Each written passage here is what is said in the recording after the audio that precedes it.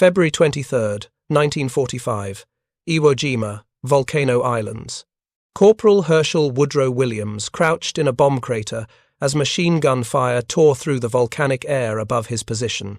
The M2 flamethrower strapped to his back weighed 70 pounds, fully loaded 3 tanks of diesel fuel mixed with aviation gas, 1 tank of compressed air, and the crushing weight of a decision no 21-year-old farm boy from West Virginia should have to make. Ahead of him, 7 reinforced concrete pillboxes formed an interlocking network of death that had already shattered 2 Marine platoons and stopped American tanks in their tracks. Marine Corps doctrine was explicit about flamethrower operations. Never advance without infantry support, never expose yourself to concentrated fire, never operate alone against fortified positions. But doctrine hadn't accounted for the black volcanic sand that swallowed tank treads, or the network of reinforced concrete that laughed at naval bombardment, or the simple mathematical reality that his company was dying while staff officers calculated firing solutions. Captain Donald Beck huddled beside Williams in the shell crater, studying the pillboxes through field glasses that couldn't change what both men already knew. The advance had stalled, the casualties were mounting, and somewhere in those concrete tombs, Japanese machine gunners were reloading for the next wave of Marines who would try to cross the killing ground. Williams looked at the flamethrower's pressure gauge, then at the 4 riflemen Beck had assigned to cover his advance, then at the 7 pillboxes that stood between the 3rd Marine Division and their objective. What happened next would earn him the Medal of Honor and rewrite the tactical manual for reducing fortified positions. But in that frozen moment before action, Williams wasn't thinking about medals or manuals. He was thinking about the friends he'd already watched die in the volcanic sand, about the farmhouse in Quiet Dell, West Virginia, where his mother Lurenna had named him after the doctor who arrived days after a birth that nearly killed them both. He was thinking about the promise he'd made to himself at Camp Pendleton during flamethrower training that he would master this weapon that most Marines feared to carry. The M2 flamethrower in Williams' hands was 70 pounds of American engineering that most infantry wanted nothing to do with. 3 cylindrical tanks formed the bulk of the weapon's mass. 2 held a mixture of diesel fuel and aviation gasoline in ratios precisely calculated to produce flame that would burn at temperatures exceeding 2,000 degrees Fahrenheit. The 3rd tank contained compressed air that would propel this mixture through a rubber hose to a handheld nozzle, where an electrical igniter would transform liquid into a stream of fire capable of reaching 50 yards. The weapons designers at the Chemical Warfare Service had created something that violated every human instinct about self-preservation.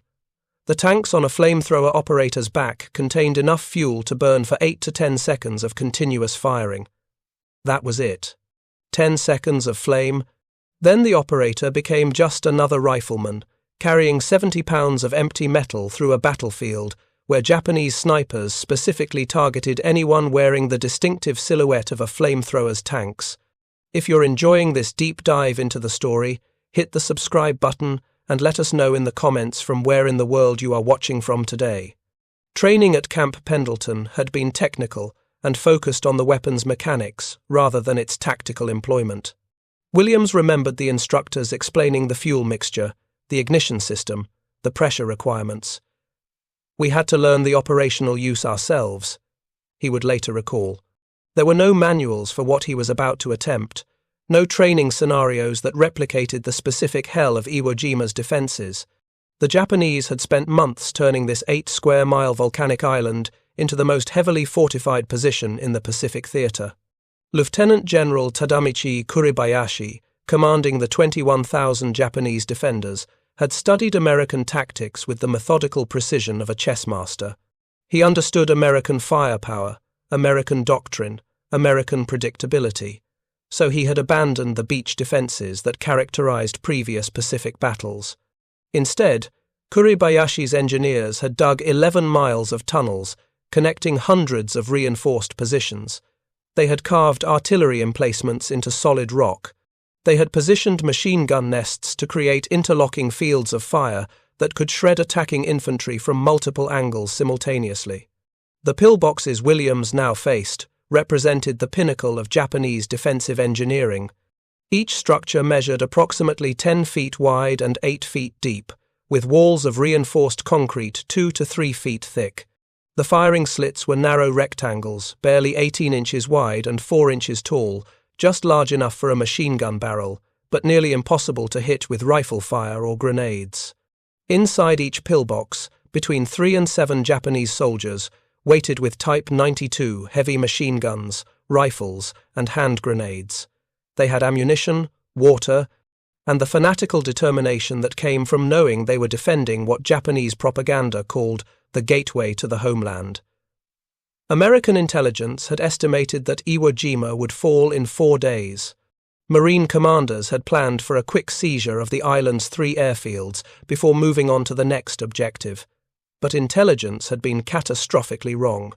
The preliminary naval bombardment, 74 days of shelling from battleships and cruisers, had barely scratched Kuribayashi's underground fortress.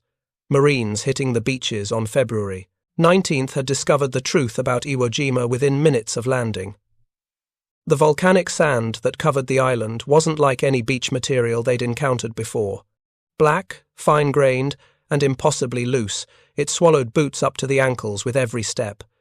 Men trying to run found themselves moving in exhausting slow motion. Landing craft struggled to gain purchase. Tanks and half-tracks floundered, their treads spinning uselessly in material that behaved more like water than solid ground. Then the Japanese had opened fire from positions that aerial reconnaissance had completely missed. Machine guns, mortars, and artillery pieces hidden in caves and concrete emplacements had turned the landing beaches into killing zones. The Marines had taken 3,000 casualties on the first day, a bloodletting that would only accelerate as the advance moved inland toward terrain that favoured the defenders even more than the beaches. Williams had come ashore on D-Day +2, February 21st, expecting to be held in reserve. The 3rd Marine Division had been told aboard the ships that they wouldn't be needed, that the 4th and 5th Marine Divisions would have the island secured before reserves were required. But within hours of landing, Williams found himself in the line with the rest of Company C, 1st Battalion, 21st Marine Regiment. The reserve had become the assault force because there were no reserves in a battle where every square yard of volcanic rock cost American lives. For 2 days, Williams and his flamethrower demolition team had worked to reduce fortified positions that conventional weapons couldn't crack. He'd learned quickly that flamethrowers terrified the Japanese defenders in ways that bullets and grenades did not. The weapon's range allowed him to approach pillbox firing slits and pour flame through openings that were immune to rifle fire. The psychological impact was devastating. Even Japanese soldiers who survived the initial burst would often abandon their positions rather than face the flames again. But Williams had also learned the weapon's limitations. The 70-pound weight made movement exhausting. The limited fuel supply meant every burst had to count. And the distinctive silhouette made him a priority target the moment Japanese observers spotted the tanks on his back. By the morning of February 23rd, 5 of the 6 other flamethrower operators in his demolition unit were dead or wounded. Williams was the last man standing, with the specialized training to operate the weapon that might break through the defensive line ahead. Captain Beck's request in the bomb crater wasn't an order. You couldn't order a Marine to do what Williams was being asked to do. The captain's question was simple. Can you do something about these pillboxes with your flamethrower? Williams studied the terrain between his position and the first pillbox, approximately 100 yards of open ground with no cover except scattered shell craters and chunks of volcanic rock. 7 fortified positions with interlocking fields of fire, each one sited to support its neighbours. Machine gunners who had already demonstrated their accuracy by cutting down every previous assault. The mathematical probability of crossing that ground alive was close to 0, but the mathematical probability of his company surviving if someone didn't neutralize those pillboxes was exactly 0. Williams checked the flamethrower's pressure gauge one more time, verified the fuel levels, tested the igniter. The weapon's mechanical reliability was good, but mechanical reliability meant nothing if Japanese bullets found the fuel tanks on his back before he could get into range. Beck assigned 4 riflemen to provide covering fire. Their names would be lost to history, though 2 of them would be dead before the day ended. Their job was simple in concept, but nearly impossible in execution. Keep Japanese heads down while Williams crossed the killing ground. Suppress fire from multiple fortified positions simultaneously, while one man with a flamethrower closed to effective range. Standard Tactics said it couldn't be done. Standard Tactics said fortified positions required artillery preparation, tank support, infantry assault by fire and maneuver. Standard Tactics said a lone flamethrower operator attempting to reduce 7 pillboxes was suicide. But Standard Tactics had been written by men who'd never faced Kuribayashi's defenses, never felt the volcanic sand drain the strength from their legs with every step, never watched friends die in positions that naval gunfire couldn't suppress and tank cannons couldn't destroy. Williams took a final breath of air that tasted like sulfur and cordite, and the particular copper tang that came from too much blood in too small a space. Then he rolled over the lip of the bomb crater and began his 4-hour assault on positions that military analysts would later call some of the most heavily fortified terrain ever encountered by American forces in the Pacific. War. The first 50 yards passed in a blur of automatic weapons fire that snapped past his ears with the distinctive supersonic crack of bullets traveling faster than sound. Williams' boots slipped in the loose volcanic sand, sending him sliding sideways as a burst from the nearest pillbox chewed up the ground where he'd been running. The flamethrower's weight threw off his balance, but months of training had made the weapon part of his body's rhythm. He adjusted his stride automatically, using the momentum to carry him forward rather than fighting against the mass. Japanese gunners had expected infantry assault, suppressive fire, the standard Marine advance by fire and maneuver. They hadn't expected one man with 70 pounds of flamethrower charging straight at their main position like some deranged berserker from ancient mythology. Their fire control wavered for precious seconds as they tried to track a single sprinting target instead of multiple squad elements. Williams dove behind a shell crater, 30 yards from the first pillbox. Volcanic fragments rained down on his helmet as machine gun rounds sparked off the crater's rim. His breathing came hard and fast, partly from exertion, partly from the adrenaline that flooded his system with energy that felt almost supernatural. But his hands stayed steady as he uncoiled the flamethrower's nozzle and verified the igniter. The first pillbox's firing slit appeared before him like a dark rectangular eye, perhaps 20 feet wide, 4 inches tall, darkness within promising death to anyone who approached. Behind that narrow opening, between 3 and 7 Japanese soldiers, weighted with machine guns that could fire 500 rounds per minute at velocities that would tear a human body apart. Williams had one advantage that the pillbox designers hadn't fully considered. The firing slit that gave Japanese gunners clear fields of fire also gave him a clear line of attack. He squeezed the flamethrower's trigger, and 70 pounds of weapon transformed into a dragon breathing fire. The flame stream reached 50 yards at full pressure, more than enough to cross the remaining distance. But Williams aimed for precision rather than maximum range. The stream of burning fuel arced through the air in a trajectory that decades of physics had determined, entered the firing slit, and detonated inside the confined space with devastating effect.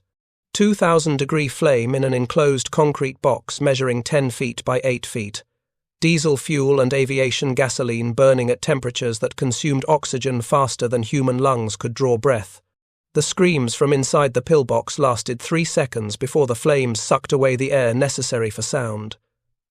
Japanese return fire from the first position ceased immediately. Not reduced, stopped entirely. Williams had learned at Guam that pillboxes hit with sustained flamethrower bursts didn't just kill the occupants. They created temperatures that turned concrete into an oven and metal into molten slag. Anyone who survived the initial flame burst would die from thermal shock or oxygen deprivation within seconds. But there was no time to verify the kill. 6 pillboxes remained, their crews now fully alert to the threat Williams represented. Machine gun fire from multiple positions began to bracket his shell crater, the distinctive hammering of Type 92 heavy machine guns mixing with the sharper crack of rifle fire. Williams could hear bullets impacting the volcanic rock inches from his position, could feel the concussion waves as rounds passed close enough to disturb the air around his helmet. The 4 riflemen Beck had assigned for covering fire were earning their pay. Williams could hear the deeper bark of M1 Garand rifles as they suppressed the Japanese positions, buying him seconds to maneuver. But 4 rifles against 6 fortified machine gun positions was mathematics that couldn't last. He needed to move, needed to reduce the next pillbox before Japanese fire coordination improved and turned his shell crater into a grave. The second pillbox sat 70 yards to the right, positioned to cover the dead ground that attacking infantry had to cross. Its construction appeared identical to the first reinforced concrete walls, narrow firing slit, commanding field of fire. But Williams had learned something critical in the first assault.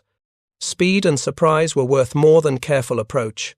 Japanese gunners needed time to track and engage, time he wouldn't give them. He sprinted from cover before the machine gun crews fully registered his movement. 40 yards, 30, 20. The flamethrower's weight felt lighter now, adrenaline overriding the normal limits of human endurance. Japanese bullets tracked him across the volcanic sand, but tracking a sprinting target at close range while under suppressive fire from 4 Marine riflemen proved nearly impossible. Williams hit the ground 15 yards from the second pillbox and immediately squeezed the trigger.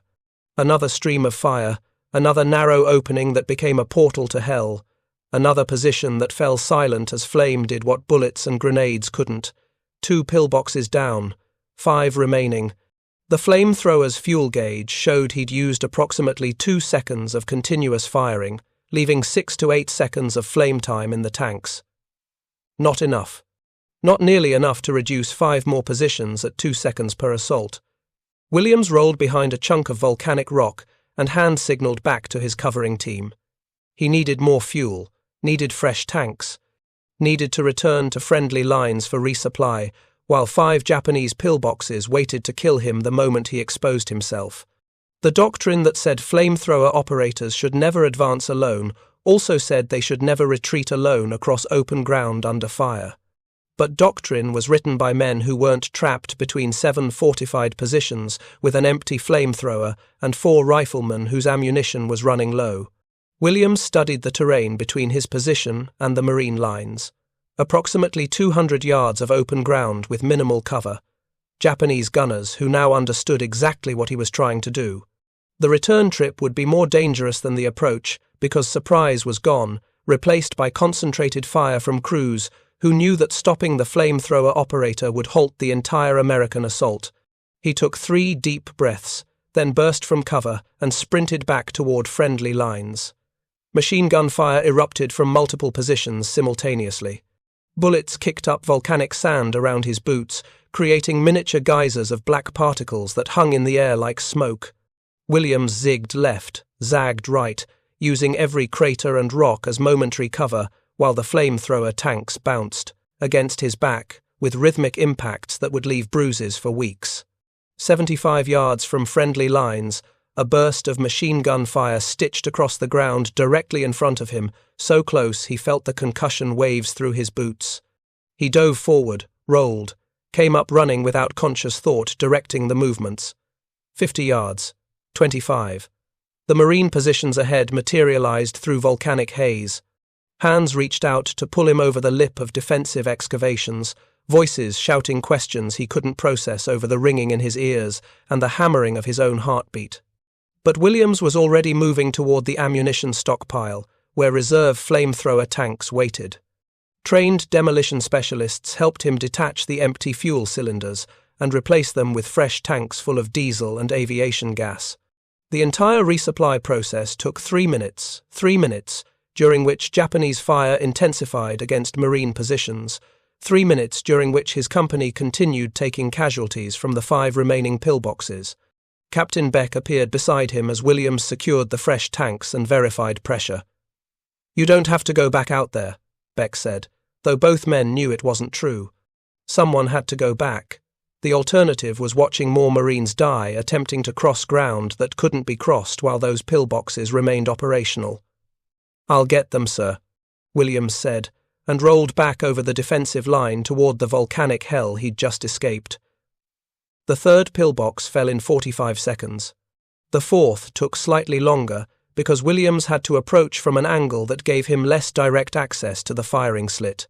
But the result was the same flame through narrow opening, screams that stopped when oxygen disappeared, another position that transformed from deadly threat to smoking tomb. By the time he destroyed the fifth pillbox, Japanese fire from the remaining two positions had become frantic rather than disciplined.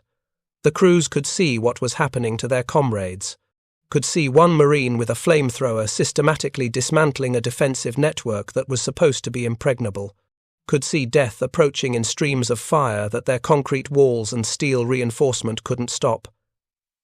Williams returned to Marine lines a second time for more fuel. The process was faster now. The ammunition handlers had learned his rhythm, had fresh tanks ready before he arrived. Beck tried to assign additional riflemen for support, but Williams waved them off. More men meant more targets for Japanese fire. He'd come this far alone. He'd finish alone. As he approached the firing slit and prepared to trigger his flamethrower, he noticed a small opening near the roof of the structure, an air vent designed to provide ventilation for the crew inside. Japanese engineers had learned from previous Pacific battles that inadequate ventilation in concrete positions could leave crews suffocated by their own weapons' gases during extended firing.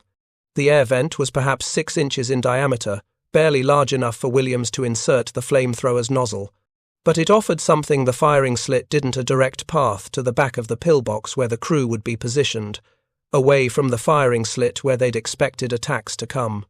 Williams climbed on top of the pillbox while machine gun fire from the 7th and final position sparked off the concrete around him.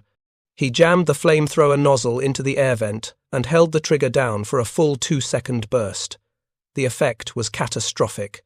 Flame that would normally dissipate in open air instead filled the enclosed space with nowhere to escape. Every square inch of the pillbox's interior became an inferno. The screams were worse this time, longer, more desperate. Williams didn't look down as he jumped off the structure and moved toward the final position. 1 pillbox remaining. 7 positions destroyed. 4 hours of continuous assault against defenses that weren't supposed to fall to individual action.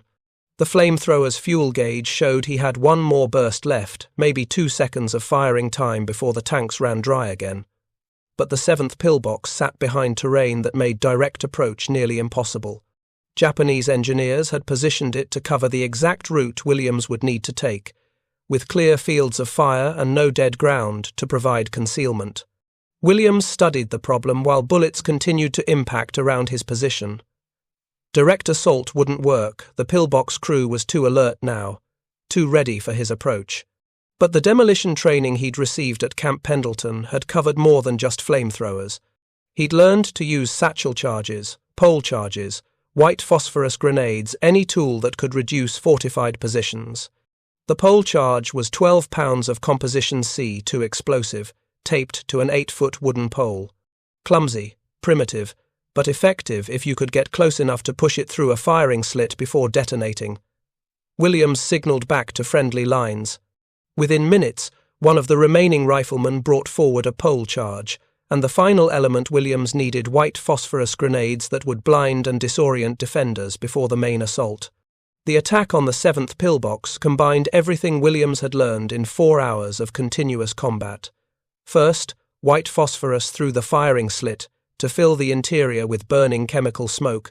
Then, while the crew was blinded and choking, a sprint to close distance. Finally, the pole charge pushed through the opening and detonated with enough force to collapse part of the concrete roof. The explosion echoed across the southern sector of Iwo Jima like thunder. Marines, who'd been pinned down for hours, suddenly found themselves able to advance. Company commanders who'd been calculating retreat routes instead started planning forward movement. The defensive line that had stopped the 3rd Marine Division cold for most of the day ceased to exist. 7 pillboxes destroyed. Approximately 35 to 40 Japanese defenders killed. 1 Marine with a flamethrower and the willingness to do what doctrine said was impossible. Williams sat exhausted in a shell crater as friendly forces moved through the positions he'd opened. The flamethrower lay beside him, its tanks finally empty, its nozzle still warm from the last burst. His uniform was soaked with sweat despite the February chill. His hands trembled slightly now that adrenaline was fading and the full weight of the last 4 hours settled on him. Captain Beck materialized beside him again, studying the smoking ruins of fortifications that had cost so many Marine lives. "Hell of a thing, Williams," Beck said quietly. "Hell of a thing." But Williams was thinking about the friends who hadn't survived to see this moment, about the Marines whose bodies still lay in the volcanic sand near positions that might have been taken earlier if someone had tried what he'd tried, about the 70 pounds of flamethrower that had transformed from burden to tool to weapon to the key that unlocked an impossible tactical problem. The battle for Iwo Jima would continue for another month. The 3rd Marine Division would take thousands more casualties pushing north toward the final Japanese positions. But on February 23, 1945, one farm boy from West Virginia had proven something that military theorists would debate for generations. Sometimes individual initiative, backed by proper training and the right tools, could accomplish what conventional tactics could not. Sometimes one determined Marine who refused to accept tactical stalemate could change the course of an entire battle. Sometimes the unauthorized method was the only method that worked. The volcanic dust settled slowly over Hill 382 as Williams made his way back to Company C's command post.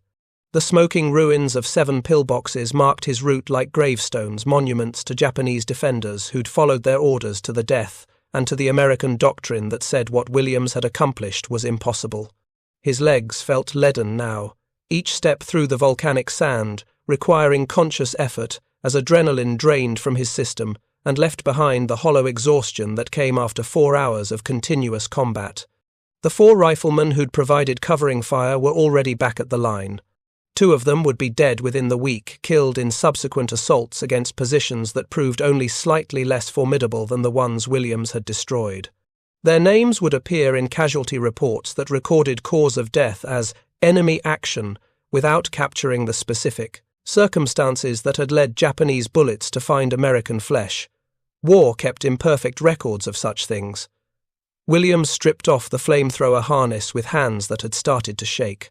The empty tanks clanged against volcanic rock as he set them beside other equipment that had been used and discarded in the endless cycle of assault and resupply. His shoulders bore deep bruises where the harness straps had dug into muscle during 4 hours of carrying 70 pounds while sprinting across open ground. His back showed burn marks where flame had splashed back from the 6th pillbox's air vent, minor injuries he hadn't noticed during the assault, but which now announced themselves with sharp insistence. The M2 flamethrower that had been his weapon, his tool, his key to impossible victory, now looked like what it had always been: 3 metal cylinders, some rubber hose, and an electrical igniter that any competent mechanic could replicate. Nothing magical. Nothing that explained how one Marine with basic training had reduced 7 fortified positions that were supposed to require company-level assaults with tank and artillery support. Around him, the business of warfare continued with the methodical efficiency that separated professional soldiers from amateurs. Ammunition bearers moved forward with fresh supplies.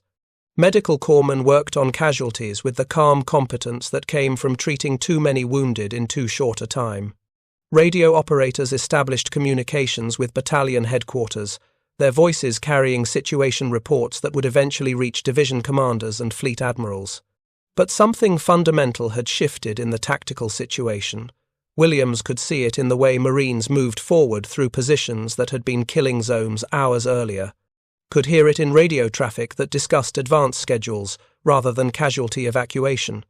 Could feel it in the particular quality of silence that followed successful attacks, not the complete absence of gunfire that would never exist on Iwo Jima, but the reduction in incoming fire that meant Japanese positions had been suppressed or destroyed.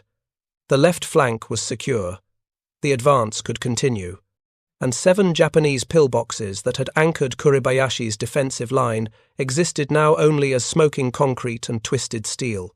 If you find this story engaging, please take a moment to subscribe and enable notifications.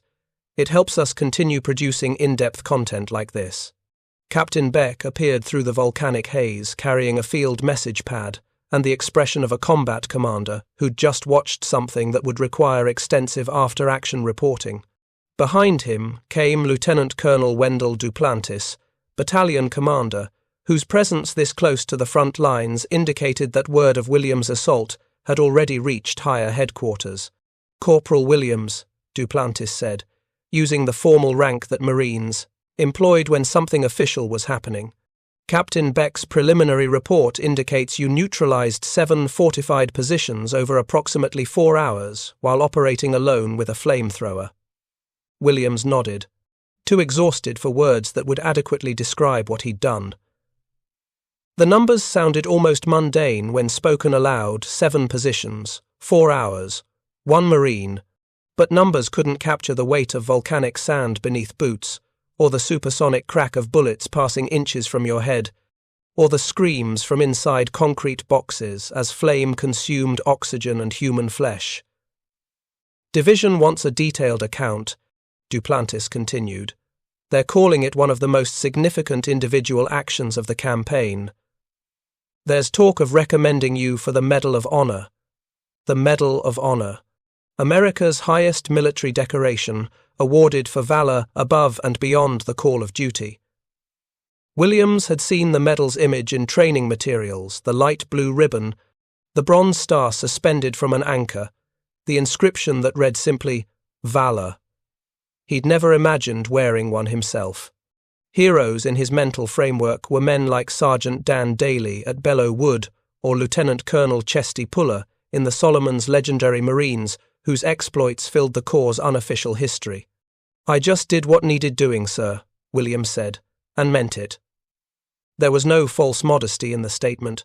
He had identified a tactical problem, applied the tools available to solve it, and continued until the problem no longer existed. That was the job. That was what Marines did when doctrine failed and improvisation became necessary. But even as Williams spoke those words, he understood that something larger had occurred on Hill 382. He had demonstrated a principle that military theorists would debate for decades: that individual initiative, backed by proper training and adequate equipment, could achieve results that conventional tactics deemed impossible. The 7 pillboxes hadn't fallen because Williams was superhuman. They'd fallen because he'd been willing to attempt something doctrine said couldn't be done, and because the Marine Corps had given him tools adequate to the task. The M2 flamethrower was terrifying to carry and dangerous to operate, but it worked. The fuel mixture burned hot enough to make concrete positions uninhabitable. The range was sufficient to engage firing slits from standoff distances that minimized exposure time. The mechanical reliability meant Williams could trust the weapon to function when he needed it most. American engineering had created a tool capable of reducing fortified positions. Williams had simply been willing to use it. Over the next 6 days, Williams continued fighting across Iwo Jima's volcanic terrain. The battle that had been expected to last 4 days stretched into its 2nd week, then its 3rd, then beyond as Kuribayashi's defense-in-depth tactics extracted a horrific toll from attacking Marines. Every yard of ground cost American lives. Every cave and tunnel system required systematic reduction, with flamethrowers, demolitions, and the patient, dangerous work that Williams and other demolition specialists had trained for. On March 6th, Williams was hit by shrapnel from a Japanese mortar round that detonated close enough to send volcanic rock and metal fragments tearing through his left side. The wounds were serious enough to warrant evacuation to a hospital ship, but not serious enough to threaten his life. Navy corpsmen patched him up with the efficient brutality that characterized battlefield medicine, and Williams found himself on a stretcher being carried back to the beach where hospital ships waited offshore. As stretcher-bearers navigated the volcanic terrain, Williams caught glimpses of the island that had consumed so much American blood. Mount Suribachi to the south, where Marines had raised the flag on February 23rd, the same day Williams had destroyed 7 pillboxes. The airfields that strategic planners had insisted made Iwo Jima worth the cost. The endless volcanic ridges where Japanese defenders continued to resist from positions that seemed to regenerate no matter how much firepower Americans applied. 26,600 American casualties by the time Iwo Jima was declared secure on March 26th. Nearly 7,000 killed in action. More American casualties than Japanese on an island 8 square miles in total area. the bloodiest battle in Marine Corps history, measured by the intensity of combat and the density of casualties per square mile of territory. Williams would later struggle to reconcile the mathematical accounting of warfare, the casualty ratios, the strategic value assessments, the tactical analyses that reduced human lives to numbers in after-action reports. 7 pillboxes destroyed, translated to approximately 35 to 40 Japanese defenders killed. But how many Marine lives had been saved by opening that defensive line? How many subsequent casualties were prevented because the advance could continue rather than stalling in killing zones while staff officers calculated artillery solutions? The mathematics of war were impossible to balance. You could count the dead with precision but could only estimate the saved. You could document what happened but could only speculate about what might have happened if different decisions had been made. The hospital ship USS Samaritan took Williams to Guam, where Navy surgeons removed shrapnel and treated wounds that would leave scars but no permanent disability. He spent 3 weeks recovering in a hospital bed, surrounded by other Marines whose injuries ranged from minor to catastrophic. Some would return to their units. Others would be shipped stateside, their war over, regardless of whether victory or defeat awaited in the Pacific. During his recovery, Williams received word that Captain Beck had submitted a recommendation for the Medal of Honor. The paperwork moved through channels with the slow inevitability of military bureaucracy, from company to battalion to regiment to division to corps to fleet. Each level of command reviewed the action report, verified the accounts of witnesses, assessed whether Williams' actions met the criteria for America's highest military decoration. The Medal of Honor had specific requirements. The act had to be performed in actual combat against an armed enemy. It had to involve personal bravery or self-sacrifice so conspicuous as to clearly distinguish the individual above his or her comrades. It had to involve risk of life. And the recommendation had to be supported by incontestable proof, eyewitness testimony, after-action reports, documentation that removed any doubt about what had occurred. Williams' case met every criterion. Captain Beck's initial report was supplemented by statements from the 4 riflemen who'd provided covering fire, from Marines who'd watched the assault from friendly positions, from Lieutenant Colonel Duplantis, who'd arrived on scene shortly after the 7th pillbox fell. The physical evidence of 7 destroyed fortifications, and the tactical reality of the breakthrough that followed, provided incontestable proof that something extraordinary had occurred on Hill 382. By May 1945, the recommendation had reached the office of Secretary of the Navy James Forrestal. The Pacific War was entering its final phase. American forces had secured Iwo Jima and were preparing for the invasion of Okinawa, the last stepping stone before an anticipated assault on the Japanese home islands. Strategic planners projected casualties in the millions for Operation Downfall, the planned invasion of Japan. Every weapon, every tactic, every lesson, learned from battles like Iwo Jima, would be analyzed for insights that might reduce the butcher's bill. Williams' assault on the 7 pillboxes provided one such lesson. Individual initiative, aggressive use of specialized weapons, willingness to accept personal risk in service of tactical objectives. These were qualities the Marine Corps wanted to encourage and reward. The Medal of Honor recommendation was approved.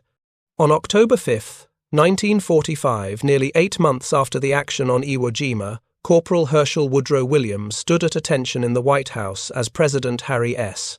Truman draped the Medal of Honor around his neck. The war was over. Japan had surrendered on August 15th, following the atomic bombings of Hiroshima and Nagasaki. The invasion of Japan that had seemed inevitable in February was unnecessary in October. Millions of lives, American, Japanese, Allied, had been saved by decisions made in rooms far from any battlefield. President Truman's words during the ceremony were brief and formal, as protocol required. But after the official presentation, Truman spoke more, personally to Williams and the other Medal of Honor recipients present that day. "I would rather have this medal than be President of the United States," Truman said, a statement Williams would remember decades later when people asked about the ceremony. The medal itself weighed just over 1 ounce, a bronze star suspended from a light blue ribbon, embroidered with 13 white stars, representing the original colonies. The obverse showed Minerva, Roman goddess of wisdom and war, repelling discord. The reverse bore the inscription, "The Congress 2", followed by the recipient's name. 1 ounce of metal to represent 4 hours of combat that had cost 35 to 40 enemy lives and an uncountable number of American lives saved. Williams was discharged from the Marine Corps Reserve in November 1945 and returned to Quiet Dell, West Virginia.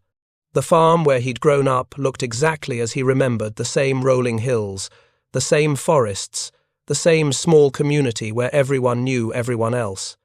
But Williams himself had changed in ways that wouldn't become apparent for years. The nightmares started within weeks of returning home. Williams would wake in darkness with the smell of burning fuel in his nostrils and the sound of screams in his ears. The dreams were specific and recurring: Japanese soldiers burning in concrete boxes, friends dying in volcanic sand, the weight of a flamethrower that never decreased, no matter how far he carried it. He would lie awake afterward, heart hammering, unable to return to sleep despite exhaustion that went beyond physical tiredness. The medical community in 1945 had limited understanding of what would later be called post-traumatic stress disorder. The symptoms Williams experienced: nightmares, hypervigilance, emotional numbing, sudden anger at minor provocations, were common among combat veterans, but rarely discussed publicly. The prevailing cultural expectation was that men who'd served in combat would return home, resume their civilian lives, and not burden others with their experiences. Williams tried to comply with those expectations.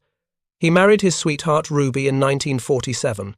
He found work driving a taxi, then later with the West Virginia Department of Motor Vehicles. He attended veterans events and spoke when asked about his Medal of Honor action. He maintained the outward appearance of successful reintegration into civilian society. But internally, Williams was fighting a battle that had no clear enemy and no possibility of victory through force of arms. The memories wouldn't fade. The nightmares wouldn't stop. The sense that he'd left something important behind on Iwo Jima friends, youth, innocence, grew stronger rather than weaker as years passed. It's one of those things you put in the recess of your mind, Williams would later tell interviewers, describing the coping mechanism that many veterans employed. But psychological wounds don't heal through repression. They fester in darkness, growing more damaging the longer they remain unaddressed. The turning point came in 1962, 17 years after Iwo Jima. Williams experienced what he would later describe as a religious renewal, a spiritual awakening that gave him framework for processing trauma that secular approaches hadn't provided. The nightmares that had plagued him for nearly 2 decades stopped. The hypervigilance that had made normal civilian life exhausting began to diminish. The emotional numbness that had separated him from full engagement with life lifted gradually. Williams would credit his religious faith with ending his psychological torment, though modern trauma specialists might note that 17 years of processing, combined with the cognitive framework that religious belief provided, created conditions where healing became possible. Regardless of mechanism, the result was genuine. Williams found peace with memories that had tormented him for years. That peace allowed him to engage more fully with his role as a Medal of Honor recipient. In 1962, Williams joined the United States Department of Veterans Affairs, beginning a 33-year career helping other veterans navigate the bureaucracy that determined their benefits and support. He worked first as a counselor, then later overseeing 16 VA offices across West Virginia, advising veterans and widows on the benefits they'd earned through military service. The work was more than employment, it was mission. Williams understood from personal experience that the transition from military to civilian life could be devastating, that the bureaucratic complexity of the VA system could overwhelm veterans who were already dealing with physical injuries or psychological trauma, that many veterans wouldn't advocate for themselves, wouldn't push through administrative obstacles, wouldn't claim benefits they'd earned. Williams became an advocate for those veterans. He used his Medal of Honor status to gain access to decision-makers who might ignore a typical VA counselor. He worked after hours and on weekends to help veterans whose cases required extraordinary effort. He attended funerals for veterans who died without family, ensuring that men who'd served their country weren't buried alone. But Williams' most significant post-war mission began in the 1990s, when he started advocating for Gold Star families, mothers, fathers, spouses, and children of service members killed in action. Williams had never forgotten the Marines who died on Iwo Jima, including the 2 riflemen from his covering team who hadn't survived the battle. He understood that their families carried wounds that would never fully heal, and that civilian society often failed to acknowledge their sacrifice. In 2010, Williams established the Hershel Woodrow Williams Medal of Honor Foundation, dedicated to building Gold Star families' memorial monuments across the United States. The monuments were designed to honor Gold Star families, preserve the memory of the fallen, and serve as stark reminders that freedom isn't free. Each monument featured bronze plaques with service member names, benches for reflection, and landscaping that created spaces for contemplation. Williams personally attended dedication ceremonies for dozens of these monuments, traveling across the country despite advancing age. He would stand before Gold Star families, many of whom had lost loved ones in Iraq, Afghanistan, or other conflicts that occurred decades after his own service, and speak about the importance of remembering those who gave the ultimate sacrifice.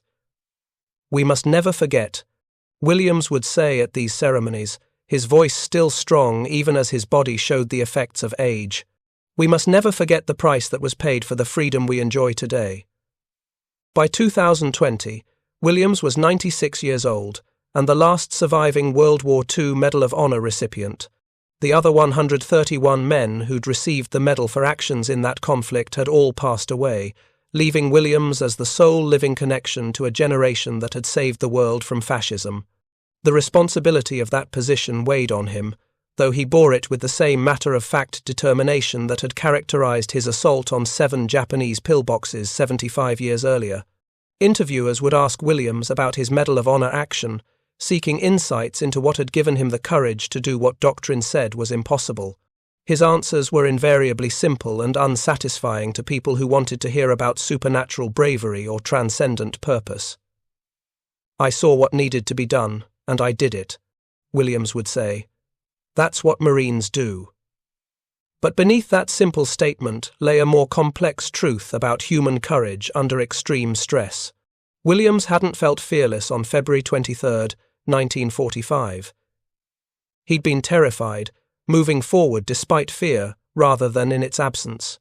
He hadn't known he would survive the assault.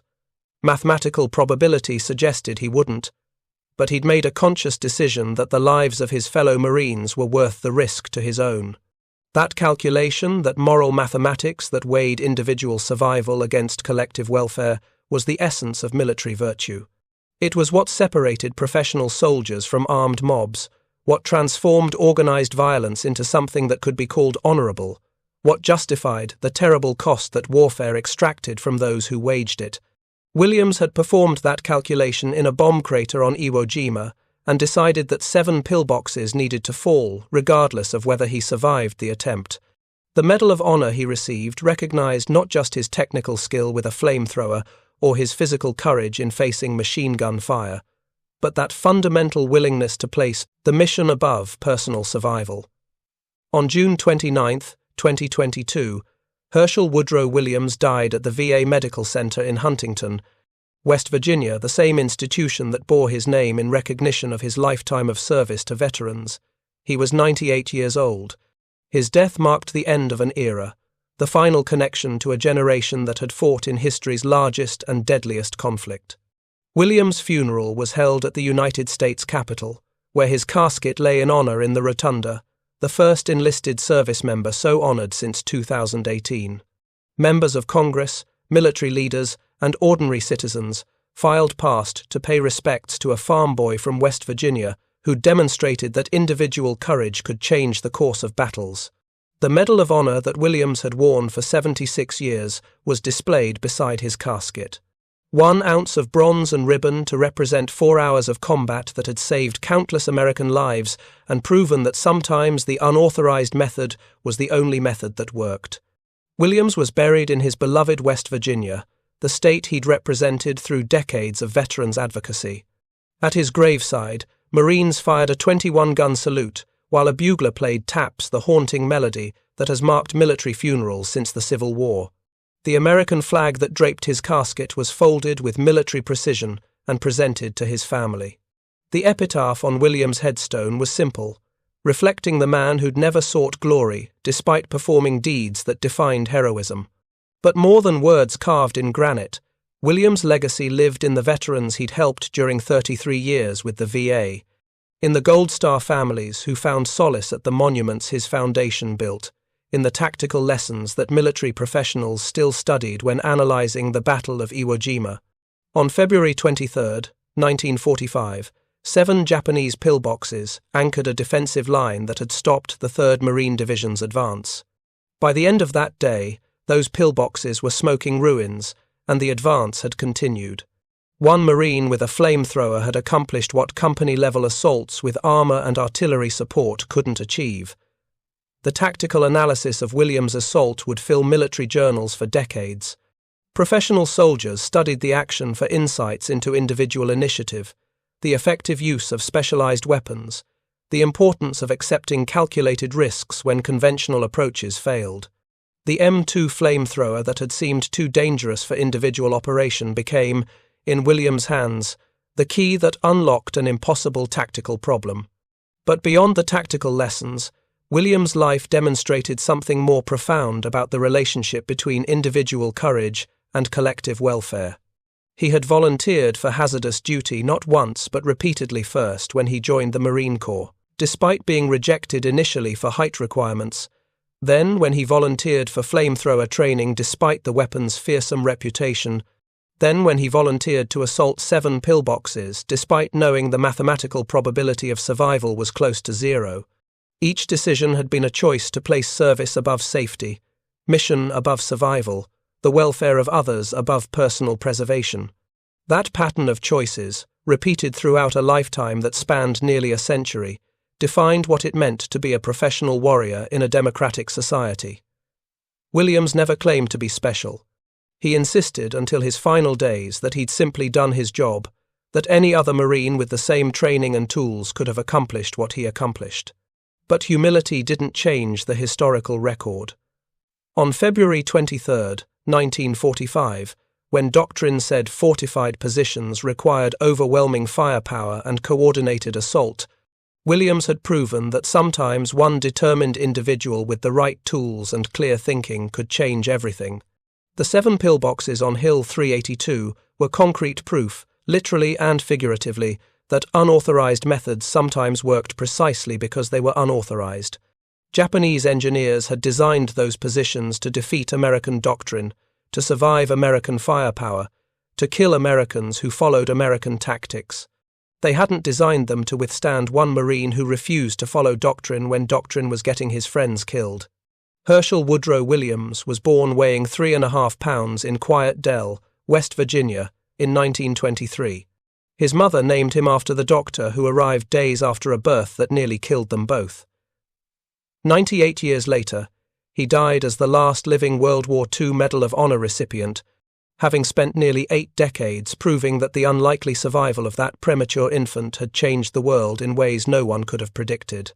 The farm boy who became a Marine, who carried 70 pounds of flamethrower across volcanic sand under machine gun fire, who destroyed 7 fortified positions in 4 hours, who spent his remaining years helping other veterans and honoring Gold Star families, left a legacy that transcended military achievement.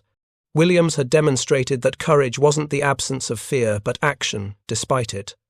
That individual initiative could accomplish what conventional wisdom deemed impossible. That the tools of war, terrible in their purpose and devastating in their effect, could be wielded by ordinary men who made extraordinary choices when circumstances demanded it. 7 pillboxes fell on Iwo Jima because one Marine decided that doctrine was less important than mission success, that personal survival was less important than protecting fellow Marines, that 4 hours of mortal terror were worth enduring if they opened a path forward for men who depended on him. That decision, made in a bomb crater amid volcanic dust and machine gun fire, echoed across 8 decades. It influenced tactical doctrine, inspired other soldiers to attempt the impossible, saved lives in battles that followed Iwo Jima, and ultimately demonstrated that warfare, for all its horror and waste, could still produce moments of genuine heroism. The 70 pounds of flamethrower that Williams carried had been heavy beyond the physical weight of metal and fuel. It had been weighted with responsibility for fellow Marines, with the burden of being the last surviving flamethrower operator, with the knowledge that failure meant watching more friends die in killing zones that couldn't be crossed. But Williams had carried it anyway. Across 100 yards of open ground, through machine gun fire that should have killed him, to 7 pillboxes that fell in sequence because one Marine refused to accept that some things couldn't be done. The unauthorized method had worked. The farm boy's forbidden assault had succeeded. And 77 years after that February day on Iwo Jima, the last surviving World War II Medal of Honor recipient was laid to rest, having spent a lifetime proving that sometimes breaking the rules was the most professional thing a professional soldier could do. Thank you for watching. For more detailed historical breakdowns, check out the other videos on your screen now, and don't forget to subscribe.